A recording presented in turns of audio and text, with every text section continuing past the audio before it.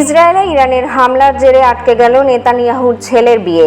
16 June প্রধানমন্ত্রী পুত্র এভনের নেতানিয়াহুর বিয়ের অনুষ্ঠান হওয়ার কথা থাকলেও চলমান সংঘাতের প্রেক্ষাপটে বিয়ে স্থগিত করতে বাধ্য হয়েছেন ইসরায়েলি প্রধানমন্ত্রী।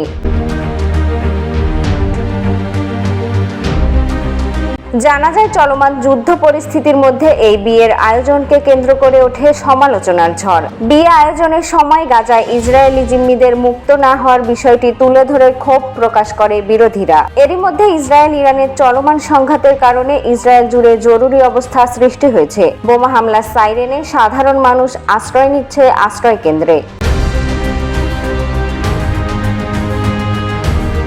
তেল আবিব থেকে 30 কিলোমিটার উত্তরে কিবুৎজ ইয়াকুমে এভনের নেতানিয়াহুর বিয়ে অনুষ্ঠিত হওয়ার কথা ছিল। বিয়ে উপলক্ষে নেওয়া হয়েছিল ব্যাপক নিরাপত্তা ব্যবস্থা। তবে ইরানের ক্ষেপণাস্ত্র হামলার জেরে শেষ পর্যন্ত সেই বিয়ে স্থগিত করতে বাধ্য হন নেতানিয়াহু।